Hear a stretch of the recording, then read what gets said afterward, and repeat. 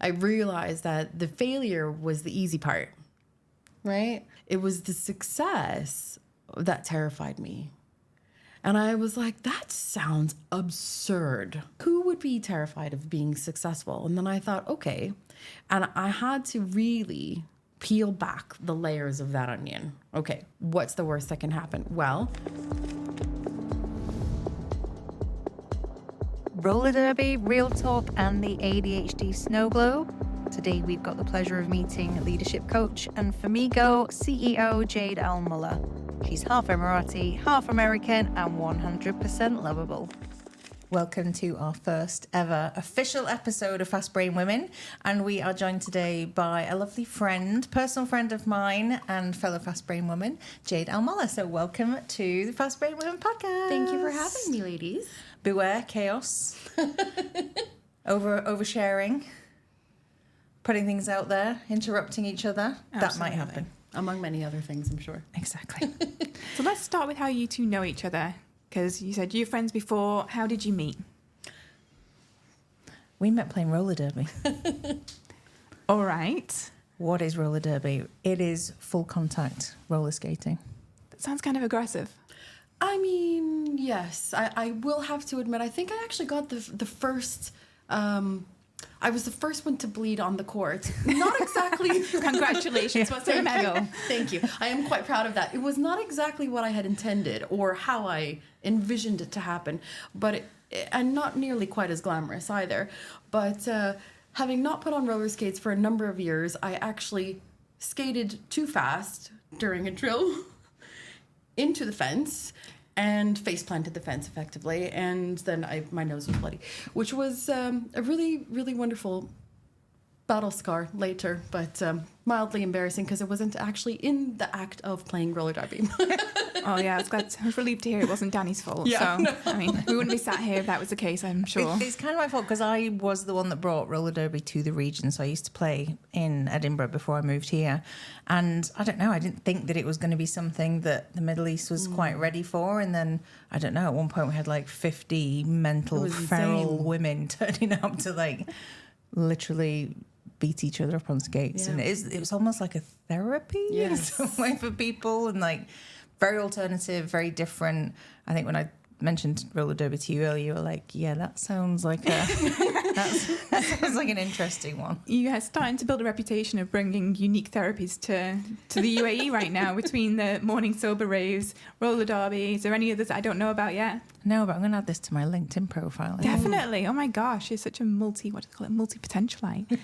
Good ideas. What about you, Jade? Tell me all about yourself. What brings you to us today? Well, I have the honor of being here today. I don't know what brings me here today. I don't know, a couple of different things.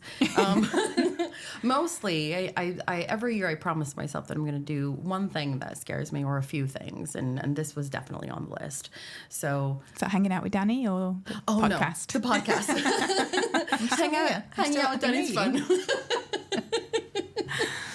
Although it's still early, so if she brings the skates out, then all bets are off. Oh yeah, I'll definitely be running. I can't skate for toffee. I think this is like what we really just want to do, is meet as many amazing women that have, stories and history, really to kind of show people the depth that's, being diagnosed or self-diagnosed with the fast brain, aka ADHD, sort of brings to the table. So I'd like to know how you stumbled across this diagnosis. Is that something that you came to in later life? Yeah, actually it was about a year ago, and I still am trying to figure out how I feel about it, if I'm entirely honest. In my day job, I work in a team where we do executive coaching, among many other things, and a colleague of mine who's been a clinical psychologist for a number of years kind of floated the idea to me and said, actually, you are a little bit textbook. And I didn't know if that was a bad thing or a good thing. I don't think I had ever really considered myself textbook of anything up until that point.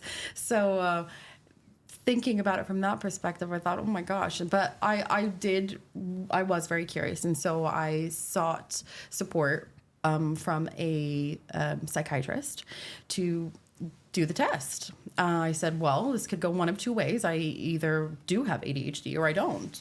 And if I do, I've got to figure out how I feel about that. But then at least it gives me more information about myself. And I think for people who have actually had a clinical diagnosis, is probably the scary. Well, I won't speak for the rest of the fast brain women or people, but at least for I think some small population, that idea of knowing is both terrifying and comforting all at the same time. You know, Was it something you struggled with? yeah. I think when I figured it out, I realized that there was a lot of things that now made sense to me that didn't make sense before. You know, this burning desire to share information right when it comes into my head, which is why I like now have a paper right next to me because I've had enough clients where you can't, you know, if you are a person's coach, you can't exactly kind of interject every single moment, you know, and I like to call it the hobby graveyard. So I don't know if you have hobby graveyards, but mine is very shamefully in the back of my closet. What does it entail? Give us a clue. Oh, there's lots of things. So I went through this baking phase. So there's all sorts of, you know, piping nibs and all sorts of things. I also am currently in my calligraphy era. So, you know.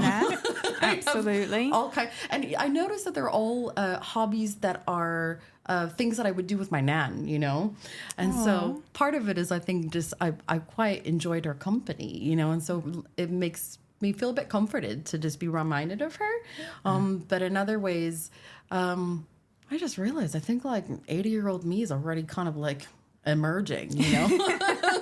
I'm okay with staying home, and I'm all right that I have like quite a few things of yarn, and now I crochet apparently. So We fully support that. oh, that's good. There's always a needlework at some point, isn't there? Yeah, absolutely. And then you realise it takes 8 hours. And you're Yes. like, okay, that was fun once. Yeah. But, you know. Yeah. So talk to us a little bit more about the scary side of starting to understand who you are. I think we mentioned this in the last episode when we were talking, like the concept of healing from something, coming back to your whole self, but then finding out who is my whole self? Who am I now? Was it still Jade, or was it a different person? Like, how did that look for you growing up? It's interesting because I'm a big supporter and advocate for therapy. I've done that for a number of years as well. And I said this to my therapist in a recent session, and I said, you know, the more I learn about ADHD, the more I really am trying to figure out how much of me is my ADHD and how much of me is me. And I look at things that I've experienced during my childhood and early adolescence as well. And I think kind of the same way as well, wherein I'm really trying to, I guess, figure myself out, you know? And so I think that's the scary part, you know, is I had this kind of, I call it a snow globe moment, right? So if you have a snow globe and you shake it up, all the snow is everywhere. And then once you put everything right, whatever that looks like for people, it starts to settle. But sometimes what you see is not what you remembered.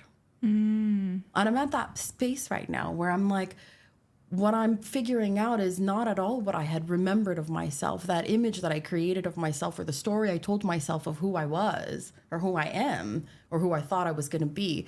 It's almost like a mini grieving process. And that was the scary part, you know, where you start to think, I'm not who I thought I was going to be. I don't know if I'll ever be that person. And I don't know if I want to be that person, you know? And so the ambiguity is okay, but then the to-do lists start, right? Well, I got to figure it out. Okay, so Move to action. Absolutely, immediately, right? So what do I got to do to figure it out, right? Insert new hobby here. Or, you know, a new business venture or whatever that may be, you know? So yeah, and I think that's scary being a parent now because, you know, you're trying to create stability for your family or for your children and modeling behavior that you want them to have, your children to have, them being the children. And so I think that's scary because I don't know what that looks like or if I'll ever get there. What did little Jade envision then? What was it that you thought it was going to pan out and look like? Oh God, I mean, I still have that in my head. Retired at 40, definitely can't do that. Missed that boat. White House, picket fence, 2.5 kids, the dog. Now I've got 2 dogs, 2 kids, no picket fence, but a house. So, there's blessings nonetheless, but it's who I thought I was going to be that's very different. So like the personality side versus like the haves or the material side. Yeah, absolutely. I mean, I thought I was going to be different, I wanted to pick up on, you talked about the children, and I know they're of quite different ages. Yeah. How have you approached them about this? Have you talked to them about your ADHD? Not really. So the eldest is 17 and she's my stepdaughter. And so when my husband and I first got together, she was very young. And so too young to understand, Yeah. and I didn't know at the time myself, to be honest. I'm fairly certain my 3-year-old has it as well. I can see signs of things that I recognized in myself as a younger person. Yeah. Of course, I have very few memories of being that young, but, I do remember certain things, and so I just try to be mindful, when I'm around the kids, and if I need a minute because I'm feeling overwhelmed or just kind of like there's too much, I have been known to say I am overstimulated. And that's just kind of universal. I'm like, I need to take a minute, It gives you the language, doesn't it? Yeah, it really does. But also I think having a 3-year-old means that you have to find simple language, Yes. And something about that helps for me, because then I don't have to overcomplicate things. It can just be what it is, Mommy's tired. Okay. I need a bit of quiet time now. Yes. Also a mother. Yeah. Also faces the same challenges. Respond to that? Well, usually he says, What is but space? why? Yeah. But I want to play with you. I'm like, me too, buddy. Me too. Another time. Yes. And how kind of culturally, because I know you have sort of two kind of sides to your kind of cultural upbringing. How has that maybe played a role, and how do you kind of see it defining how you're justifying what your ADHD-ness means to you? I mean, that's an interesting one on its own. If I think about it, culturally, it's not something that we would ever talk about. So for us, it's not. It never used to be celebrated. It was something where you would just kind of get on with it. My father is from a very kind of traditional and hardworking family. And so it was just kind of one of those things that you just, if you had any kind of thing that you struggled with, you just were expected to get on with it, So I think when I struggle with things, I find myself falling back into that pattern. And that makes it really hard, because then I feel like I have less compassion for myself and less acceptance for where I am and what I now understand about myself. And it makes me really sad, because it's my friend who was the one who convinced me to go get tested. Had said, well, it's your superpower, Jade, and I'm like, I don't feel like it's like my superpower. I feel like it's like a ball and chain pulling me back, slowing me down. But really what I have come to realize is that it's the things around it, the stories that I have told myself about what that means, about being different. Being different was never really kind of celebrated. And you can kind of see that, and how people, choose to dress, or simple things, visible things. But it's the non-visible things that people don't really think about. And that's what that's what I stay up at night thinking about, Do you think that was a product of the time? Yeah, I definitely do. I think that is a product of the time, and I think now things have really changed. I mean, I know earlier when we were sat out together, we were talking about all the changes that are happening in various industries where people who have needs can express them in other ways, whether that's a colorful lanyard that, signifies that you need special assistance, or if you can make requests for things like that. So I think that there is definitely progress happening in that space, but I think in my parents' generation, you know, I think while there's support that is provided, I think that still mentalities or understanding around it still really hasn't necessarily caught up. And I just don't know if that will change, you know, but provisions will be made, you know. So it's a strange place we find ourselves in, I think, you know. Yeah, I think explaining things to our parents' generation does come with intricacies. My husband's side of the family, very medical, so doctor and nursing background. And I think more through how they sort of see my son interact, it's very much, it's just just a strong-willed boy, you know. All children are like this. You know, saying to Gail, you were like this. But it's those sort of moments behind closed doors, those moments sort of in your head that are happening that aren't, you know, as explainable to people. That is quite hard work to be able to get people on board with. Absolutely. And I think and it's tough because I find, and I don't know if you found this with your in-laws, is when people are coming from a medical background, I think things in this space really aren't as known and therefore are not as understood. So people in their generation, it's absolutely right. That's how it was perceived, right? They've just got a lot of energy. Yes, but that means that we need to work through things a little bit differently, you know? And then where's the space between it being a very clinical diagnosis, disorder, you know, an affliction, a curse, you know, in some senses, to a superpower, you know, all these other kind of, and I said it before and I'll say it again, I despise that term. It like... I think the phrase blessing and the curse comes in here, right? Because you know, that word will come up a lot. You know, you've mentioned it, people have said it to you, and it's always on the top of mind for everybody. And I think that's it. It's a blessing and a curse. And I think, but yeah, I think we'd have a bit of an allergy to the superpower analogy. Gives me the ick. It gives you the ick. It's a bit oversimplified. I have worn my pants on the outside of my trousers before, but I don't think it was in a superhero fashion. Forget the lanyard. Let's all put capes on. I'm totally down for that, especially if it's got diamantes on it. Yeah. So down. And you're also from a multicultural household as well. Yeah. So how did that influence your perception of, you know, neuro differences growing up? Was it even something, you know, discussed, talked about? Not really. It's interesting. I mean, my mom growing up, a very good family friend, and we used to hang out with their children, and they had a neurodiverse child. And so I was exposed to it, but that was the only occurrence of it. There wasn't any other kids at school, at least none that I was aware of. And so, but my mom has always been a very spiritual person, and she's very much like, I don't know, this is going to sound awkward, but I don't intend it in the way it comes out when this is insert oversharing here, you know. Excellent.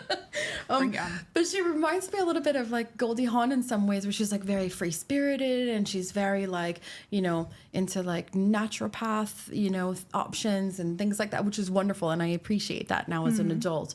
But I think that is where I'm kind of like, okay, well, I understand now that this is okay. And she's always, I mean, bless her, she's out of the two of my parents, but dad just never talked about it, you know, but my mom was like, you're special, you know.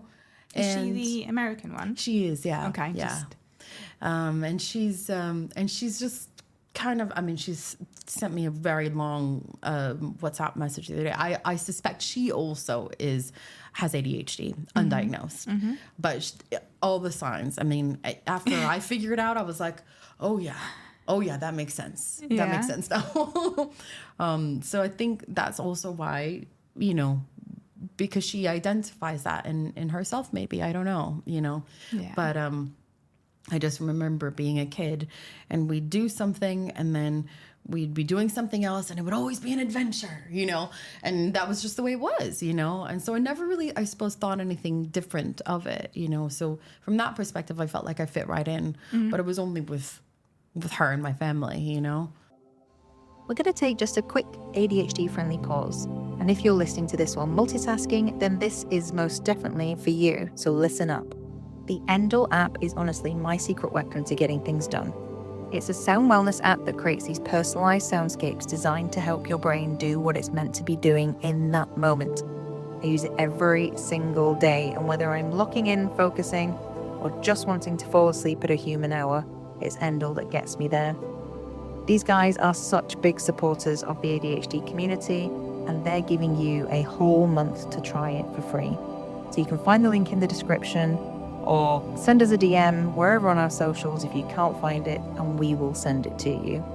And if you got distracted along the way, even during this little short break, we have gifted you a lovely 5-minute relaxing soundscape from Endel at the end of this episode.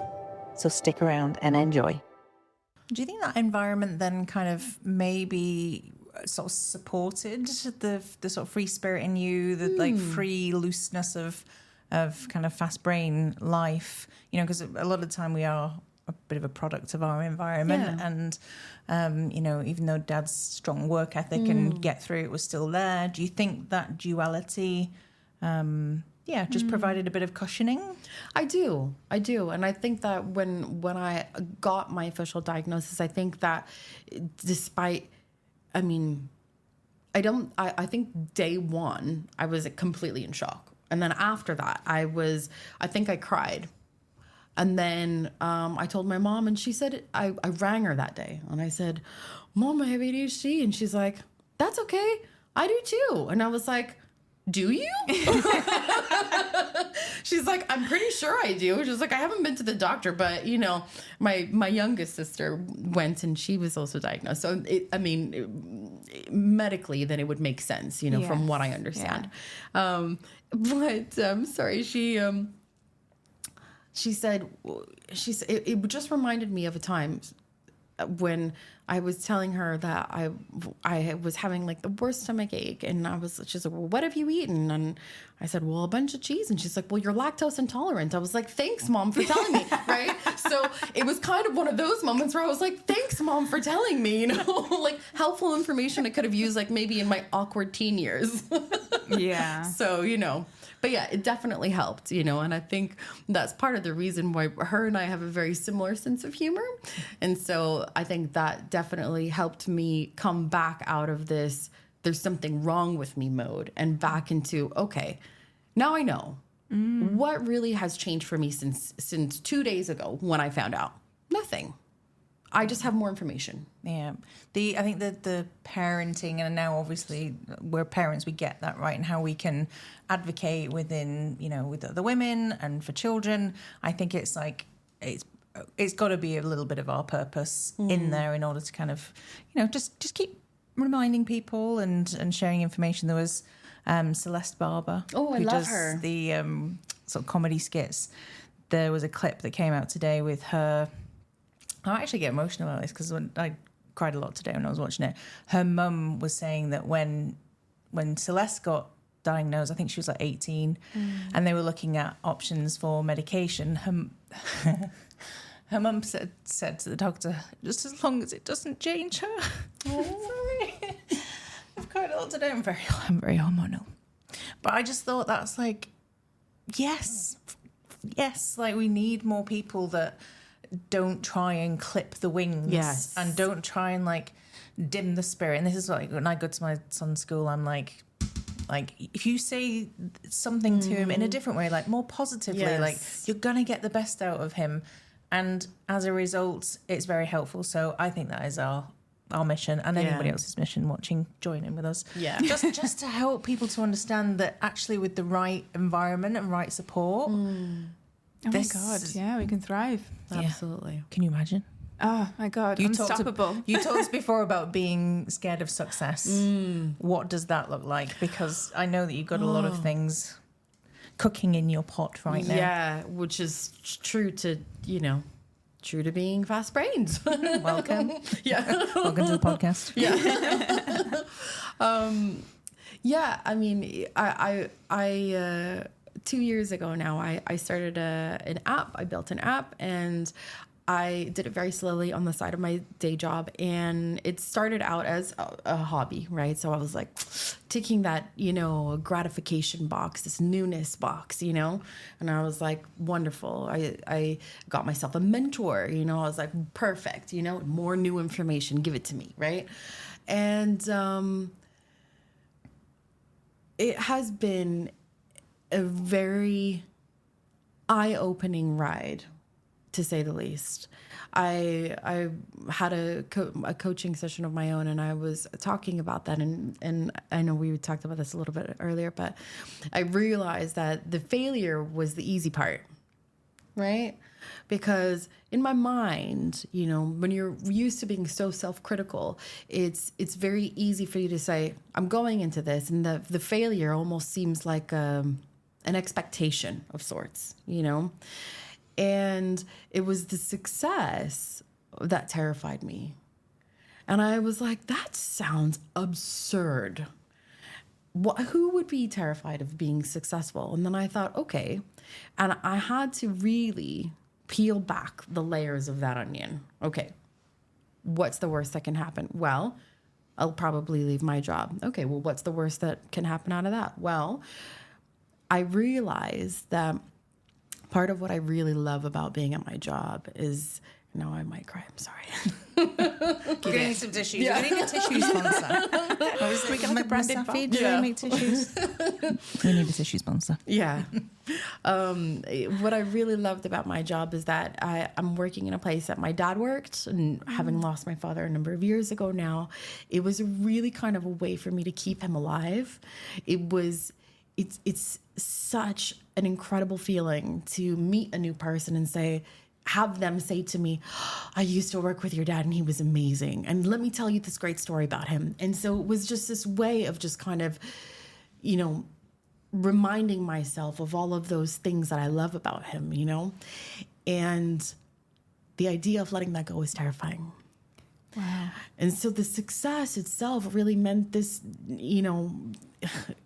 dealing with that grief and then once the grief is gone, then I felt like there was going to be this complete massive vacuum. And then what am I going to put in that? Because of course, there's a space, let's put something there, right? Again, insert new hobby, and, and that's tough, so I don't have the answer for it. I don't know what that's going to look like on the other side. I'm still kind of in the middle of it. But it's been incredible, the people that I've met along the way whilst doing this business and the things that I've learned about myself along the way. So thankfully, I'm not the kind of person who's incredibly competitive. In some ways, not always, but in some ways. I remember you on roller skates. I was going to say. But I suppose the good thing is that I feel like there's enough room for everybody, and what I'm offering is different than others that are out there, and I think that everybody deserves a space, and that's okay, And can you give us a 30-second overview of what it is you do? Let's not be cryptic here. Yeah, so absolutely. You offer coaching. Yeah. All right. What kind of coaching do you do? I do executive coaching for the company that I work for, and it's most of it's kind of career based, and some of it's just how to get on at work. How do I move past things? How do I move past disappointment, or kind of a little bit what I talked about earlier. How do I move past the idea of what I thought was going to come to fruition not coming to fruition, and how do I create something new for me and still get that same amount of joy? So everybody's a little bit different. True that. Yeah. We need more of that. Yeah, definitely. And my other thing, it's my app. It's called Famiigo, and it's your family fun finder wherever you go. So that's pretty much our tagline. And at present, it's a party of one, but hopefully soon then I'll have lots of people coming to join the party as well. My intention is to help families like ours find great places for them to go and make memories, take the stress out of trying to figure out what's best for you and your family's needs, and make that process easier. And the best thing about it is all user-generated content as well, right? So it's content you can trust because there's so much available out there on the webs, but trying to consolidate that information is, we talked about this, I get down wormholes all the time. So, especially in Dubai summers as well, where to take the kids is the constant question. Absolutely. Right now it's easy. We take them to the park, skate park, whatever. Summer, we need a bit of extra help. That's the tough spot. So yes, please do tune in or follow me, and I'd love to help. Yeah, I think as well, our fast brains do give us that ability, based out of, a need, a gap, but actually the empathy and what you were just kind of saying and how you actually want to create experiences and, bring families together. Yeah. I think it's the good side. Yeah. The good side of the fast brain. It's the memory making, I think, and I don't know, like, what's your favorite childhood memory?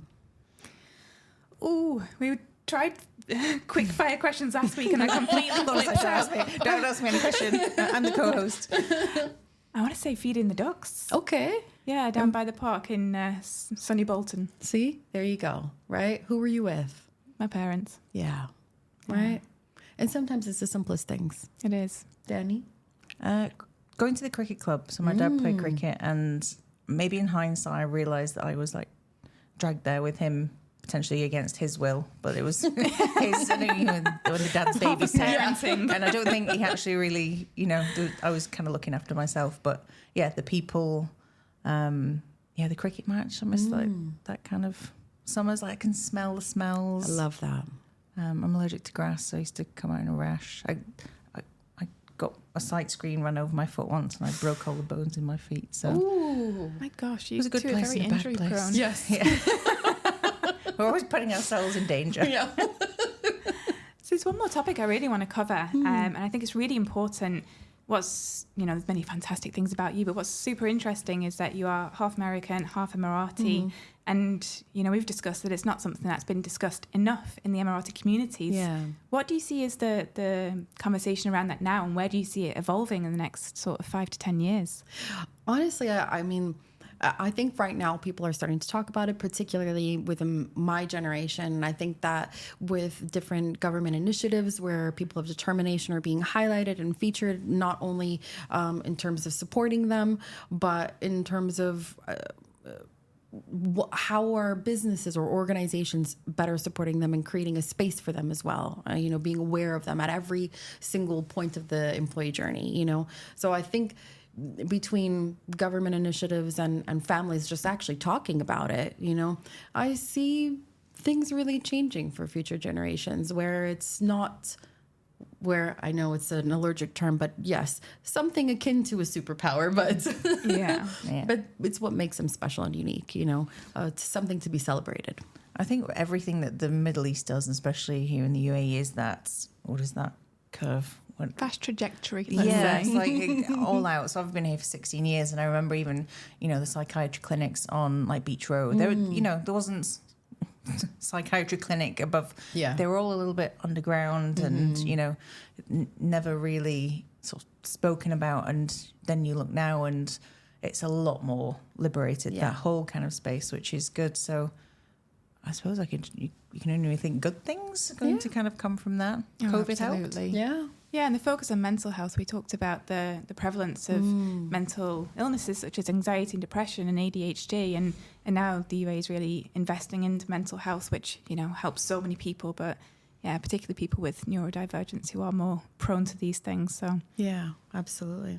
A lot more fast-paced innovation distraction going on though, so maybe we need to balance that. Not get distracted by the lights. The shiny things. But I think it is good because it's a place in the world where anything is possible, and if you have a brain that also just naturally if you gravitates. Have a brain. Sorry, there's more to that sentence. Let me finish that sentence. If you have a brain that naturally gravitates to, everything being possible, then you can build, family apps as your kind of side hustle. We can create podcasts like this and have, our amazing fast brain women community sharing memes. That's so right. The UAE, the land of possibility. Yeah, we were meant to be here. Oh, I'm never leaving. Well, Yeah, Bolton isn't calling you back just yet. No comment. We're from the same hometown. I hadn't explained that to you before. We didn't know each other back then. No, I feel like we're going to say that every episode. We're from the same hometown, but we didn't know each other. Is that the oversharing where we have to like let people know all the information about us so that they feel at ease? If we want to overshare, I can probably go way deeper, but not this week. Not this week. I'm behaving. So let's talk about some practical strategies then. Okay. So, we're trying to add value back to the community. What have been the 3 sort of resources or habit hacks or, things that have helped you handle life better, make you feel like you're closer to thriving?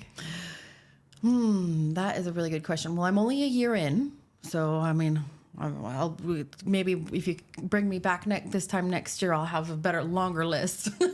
But I think there are certain things that I have started to do. I actually, this is my 3rd notebook now, and I use them until they're finished. And it's a thing. Yeah. It's quite impressive. It's very impressive. So they're finished. Do you work? I know. And I never used to. But you know what was? In one of my coaching sessions, actually, and I said this to my coach, I misplaced, which is also not uncommon. I misplaced my journal, and I thought to myself, somebody out there is reading my personal private thoughts. And I'm like, oh God, I'm like, this person at work. I'm like, oh my God, So of course, all these horrific thoughts. So I've been more mindful about my language now. However, not any less candid.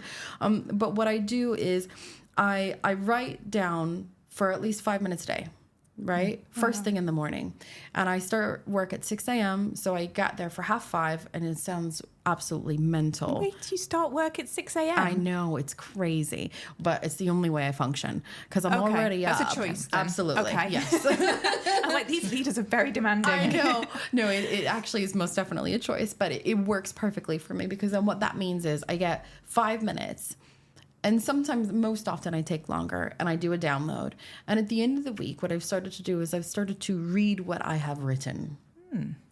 And what makes that powerful for me is that I notice how often or infrequently I feature in the writing. Do I talk about myself more, or am I narrating it like a 13-year-old's journal? I saw Bobby today and he was so mad at me and he said this, right? So am I just observing what happened on the surface, or am I talking about things that are kind of deep and meaningful? Do I notice a pattern? Is it more certain people rather than others? And then I sit there with that, and I think that has maybe been the most powerful thing, because particularly when in times of struggle, I notice I write about that a lot. And I don't write about my experience of it, but I write about what happened. And I notice that for me, at least, it's a way of disassociating myself from it. So if I talk about it like an inanimate object, which in this case, it is like my ADHD or how I'm responding to situations as a result, then I feel less connected to it, And so for me, that's been really helpful. I did a few weeks ago start walking as well for an hour. That didn't last, but I'm hoping to pull that out of the hobby graveyard. Dust off those shoes. Yeah, exactly. I try to do one thing for my mind and one thing for my body. And that's really kind of the principle that I leave myself with. And I try not to force myself into a box, because that doesn't usually work for me. Yeah. So I love the simplicity of that. Yeah. Also, one thing that scares you, it brings us right full circle Absolutely. back to how you ended up here today. Absolutely. Yeah. Embrace the anxiety. Exactly. Yeah. It's a place of growth.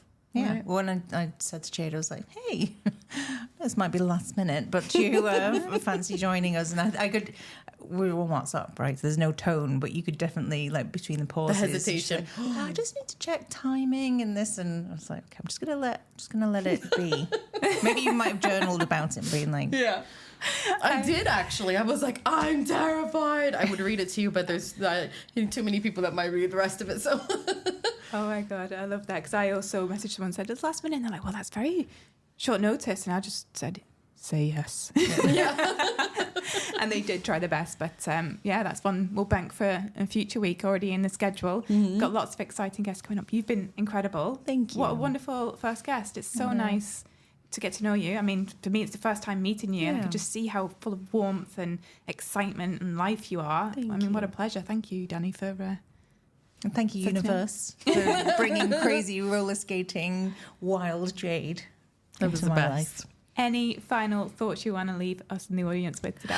I just wanted to say what a pleasure it's been, and thank you so much. I'm incredibly honored to be part of this space and share this with yourselves and with everybody else. And I am very excited to hear what everybody takes away. Okay. Yeah. Brilliant. Well, hopefully people will let us know. And we'll keep you updated on the feedback. Thanks. Amazing. Thank you. Make sure you subscribe to the podcast and follow us on social media at Fast Brain Women, and we'll be back with another episode very shortly, so stay tuned. And that's a wrap. Thanks for hanging out with us today. Before you dive back into the chaos, we've got a 5-minute relaxing end-all soundscape to help you reset, unwind, or just stare into space guilt-free. If you loved this episode, it would mean the absolute world to us, and also ease our rejection sensitivity. If you hit subscribe, share it with a fast brain friend, or if you loved it, leave us a quick review. Take a breath, stay wild, and enjoy until the next episode of Fast Brain Women.